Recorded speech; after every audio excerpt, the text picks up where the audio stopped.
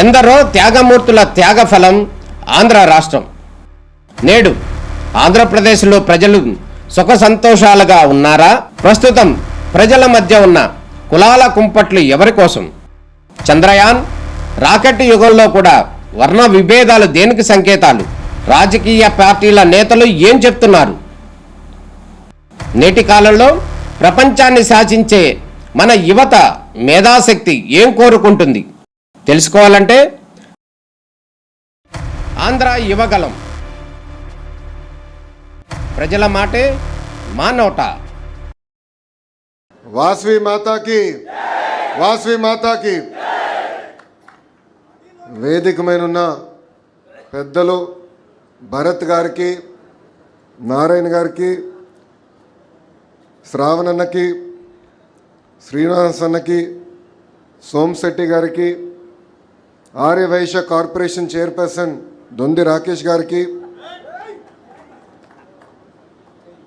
అదేవిధంగా ప్రకాశాత్ సుబ్బారావు గారికి, కేపీసీ అనిల్ గారికి, డబుల్ హాత్ శ్యామ్ గారికి, పి కృష్ణప్రసాద్ గారికి, మస్తాన్ రావు గారికి, యేసు గంగాధర్ గారికి, రామకృష్ణ గారికి, వాసుదేవరావు గారికి, ఈ సమావేశానికి పెద్ద ఎత్తున విచ్చేసిన ఆర్య వైశ్య సోదరులందరికీ పేరు పేరున నా హృదయపూర్వక నమస్కారాలు. మహాత్మా గాంధీ గారు దేశానికి స్వాతంత్రం సాధిస్తే పొట్టి శ్రీరాములు గారు తెలుగు జాతి కోసం గుర్తింపు సాధించిన వ్యక్తి. గాంధీ తాత గారిని మనం ఫాదర్ ఆఫ్ నేషన్ అంటే పొట్టి శ్రీరాములు గారు ఫాదర్ ఆఫ్ లింగ్విస్టిక్ స్టేట్స్ అంటారు. కొన్ని దీపాలు వెలుతురిస్తాయి, కానీ కొన్ని దీపాలు దారి చూపిస్తాయి. ప్రాణ త్యాగాలు చేసి కోట్లాది మంది తెలుగు ప్రజల కోసం దారి చూపించిన దీపం పొట్టి శ్రీరాములు గారు. ఈరోజు ఆయన 58 అడుగుల విగ్రహం ఏర్పాటు కోసం మనందరం శంకుస్థాపన చేసినాక వచ్చాం. విగ్రహంతో పాటు auditorium, memorial, museum, mini theatre 6.8 ఎకరాల్లో మన అమరావతి ప్రజా రాజధానిలో ఏర్పాటు చేసుకునేదానికి మనందరం ఇక్కడ విచ్చేసాం. రాకేష్ గారితో మాట్లాడుతున్నప్పుడు ఆయన అన్నాడు, నేను ఇచ్చిన టార్గెట్ అంటే ఆయన టార్గెట్ ఇచ్చుకున్నారు, కేవలం విగ్రహం ఏర్పాటు చేస్తామని. అది కుదరదు రాకేష్, కావాలంటే ఇంకొక 6-8 నెలలు ఎక్కువ టైం తీసుకోండి, కానీ మొత్తం ప్రాజెక్ట్ పూర్తి చేసే బాధ్యత మనం తీసుకోవాలని ఈ సభాముఖంగా ఆయన కోరుతున్నాం. 58 అడుగుల విగ్రహం ఎందుకని మనందరం అనుకోవచ్చు. దాని వెనకాల ఒక చరిత్ర అనేది ఉంది. పొట్టి శ్రీరాములు గారు భాష ప్రయుక్త రాష్ట్రాల ఏర్పాటు కోసం 58 రోజులు ఆమరణ నిరాహార దీక్ష చేసిన వారు. ఆయన ప్రాణ త్యాగాల వలనే ఆంధ్ర రాష్ట్రం అనేది ఏర్పడింది. దానితో పాటు నెహ్రూ గారు ఫజల్ అలీ కమిషన్ ఏర్పాటు చేశారు. ఆ కమిషన్ వల్ల తమిళనాడు, కేరళ, కర్ణాటక, మహారాష్ట్ర, గుజరాత్ రాష్ట్రాలు కూడా ఏర్పడినాయి. అంటే ఒక పొట్టి శ్రీరాములు గారి త్యాగం వలన ఒక ఆంధ్ర రాష్ట్రమే కాదు, భాష ప్రయుక్త రాష్ట్రాలు మన దేశంలో ఏర్పడినాయని ఒక్కసారి మనందరం గుర్తుపెట్టుకోవాలి. ఆయన అమర నిరాహార దీక్ష వలన దేశ రాజకీయాల్లోనే మార్పులు వచ్చినాయి. పొట్టి శ్రీరాములు గారు కేవలం భాష ప్రయుక్త రాష్ట్రాల కోసమే పోరాడలేదు. సమాజంలో ఏ మార్పు అయితే ఆశించారో దానికోసం అహర్నిశలు పోరాడిన వ్యక్తి. మన దళిత సోదరులు గుడిలోకి ప్రవేశం చేయాలి, ఆ అవకాశం కల్పించాలని పోరాడారు పొట్టి శ్రీరాములు గారు. అంతేకాదు వివిధ సామాజిక అంశాలపై ఆయన 5 సార్లు నిరాహార దీక్ష కూడా చేశారు. ఆయన ఏకంగా సాబరమతి ఆశ్రమానికి వెళ్ళి గాంధీ తాత గారి దగ్గర నుంచి అహింసని ఆయుధంగా తయారు చేసుకున్నారు. గాంధీ తాతనే చెప్పారు, పొట్టి శ్రీరాములు లాంటి 10 మంది ఉంటే చాలు భారతదేశానికి స్వాతంత్రం 1 సంవత్సరంలోనే వచ్చేదని.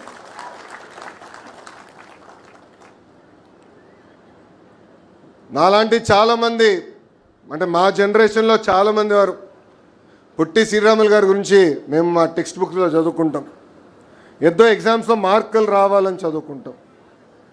కానీ దాని వెనకాల ఎంత ఆలోచన ఉంది, ఆయన చేసిన కార్యక్రమాల వెనకాల ఎంత త్యాగం ఉందో మనందరం చూడం.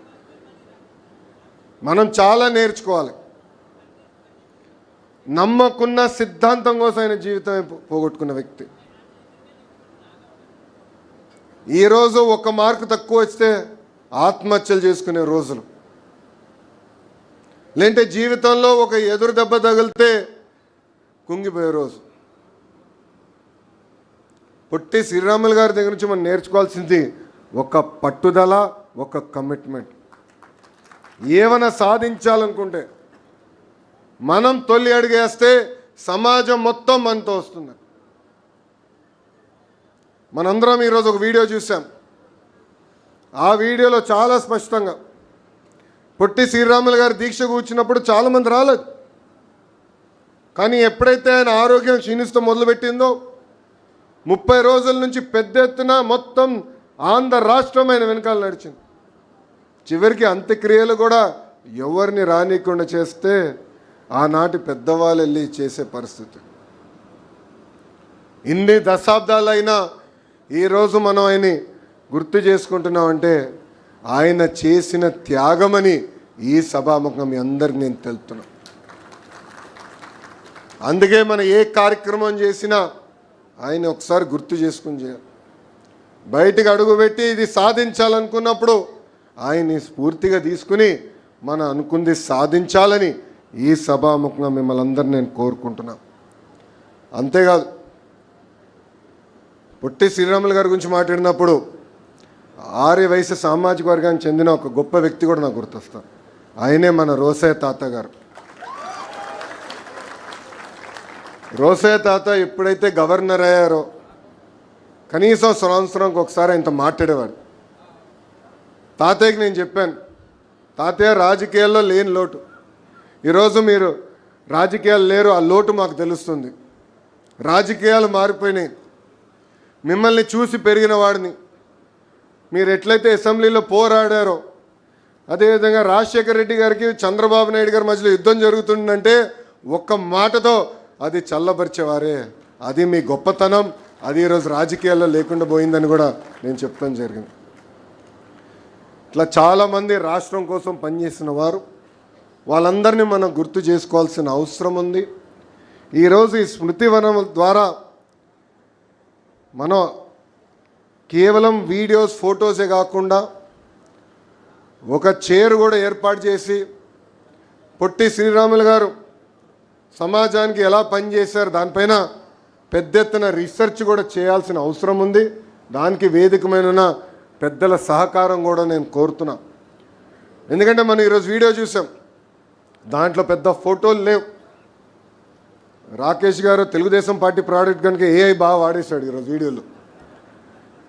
అవన్నీ ఫోటోలు బయటికి తీసుకురాలి, ఆర్కైవ్స్ నుంచి వీడియోస్ తీసుకురాలి, లైబ్రరీస్ నుంచి ఆ పుస్తకాలు తీసుకొచ్చి ఇక్కడ కాపాడుకోవాల్సిన బాధ్యత అయిన ఉంది.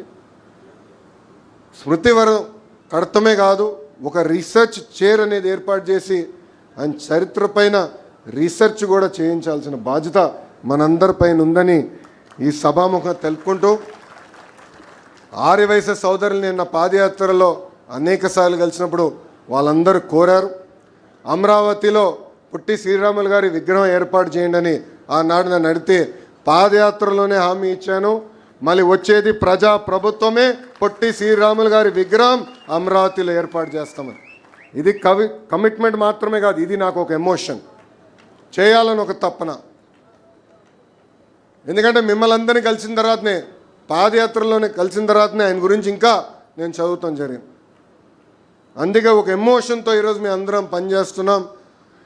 అన్ని రకాలుగా సంఘానికి మేము సహకరిస్తాం, ట్రస్ట్కి మేము నిలబడతాం, కలిసికట్టుగా ముందరికెళ్ళి ఎవ్వరు ఊహించిన విధంగా ఒక అద్భుతమైన స్మృతివనం మనం ఏర్పాటు చేయాలని ఈ సభాముఖంగా అందరు కోరుకుంటూ నాకు ఇంత అద్భుతమైన అవకాశం ఇచ్చిన ఆర్యవైశ్య సోదరులందరికీ పేరు పేరున నా హృదయపూర్వక ధన్యవాదాలు తెలుపుకుంటూ మీ అందరి దగ్గర నుంచి సెలవు తీసుకుంటున్నాను. అమర్ రహే పొట్టి శ్రీరాములు గారు, అమర్ రహే పొట్టి శ్రీరాములు గారు. జై హింద్, జై హింద్.